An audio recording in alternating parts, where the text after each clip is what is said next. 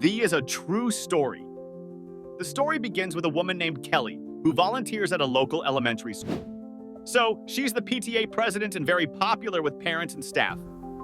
One day, while volunteering after school, Kelly is watching the kids when a young student named Luke is late to line up with the others and accidentally gets locked outside.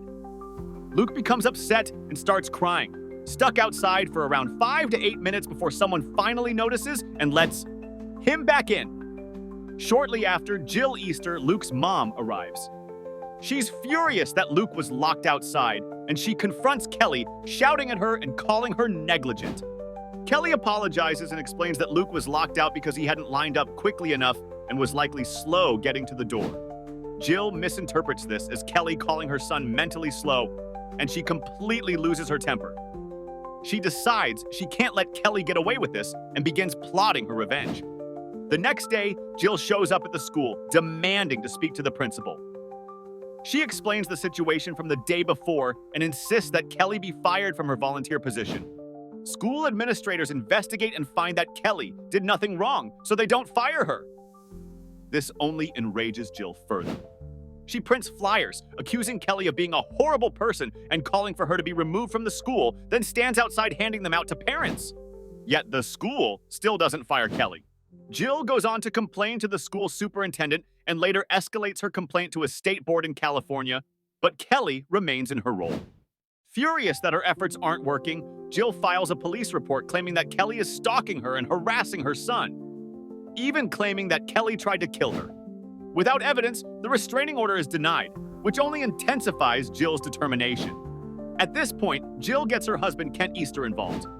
Kent is a high-powered attorney, and together they file a civil lawsuit against Kelly, accusing her of false imprisonment and inflicting emotional distress on Luke by leaving him locked outside for those 5 minutes.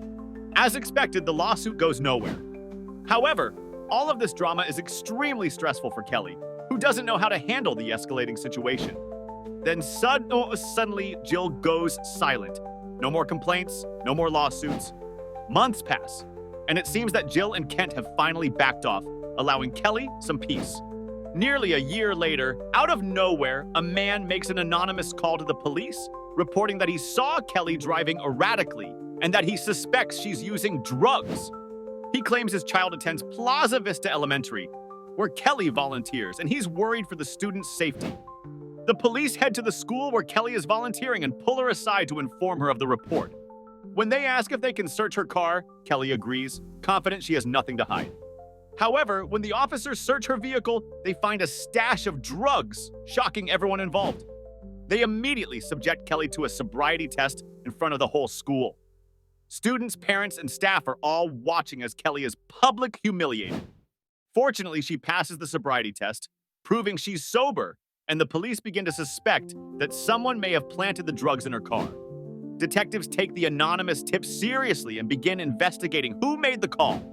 They trace it to a nearby hotel, where they review surveillance footage and discover Kent Easter walking into the hotel just before the call to the police was made. Investigators also obtain phone records showing that Kent's phone was near Kelly's apartment complex the night before the drugs were found in her car. It becomes clear that Kent found Kelly's address, went to her apartment complex in the middle of the night, planted the drugs, and then called the police the next day, hoping to get her caught and humiliated in front of the school. As detectives dig deeper, they start surveilling the Easter family, and they eventually spot a man leaving Jill and Kent's home. They pull him over and question him, and it turns out he's a firefighter named Gomez, who has been having an affair with Jill. The detectives convince Gomez to wear a wire during his next meeting with Jill.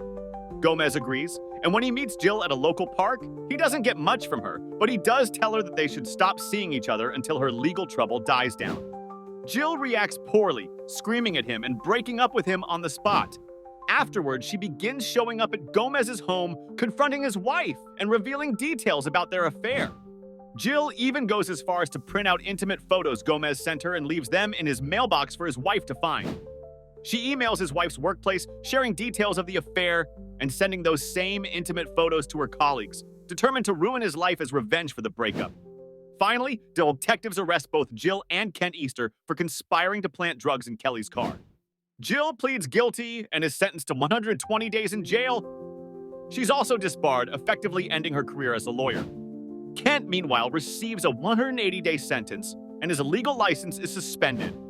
The Easters' marriage doesn't survive the scandal. They eventually divorce.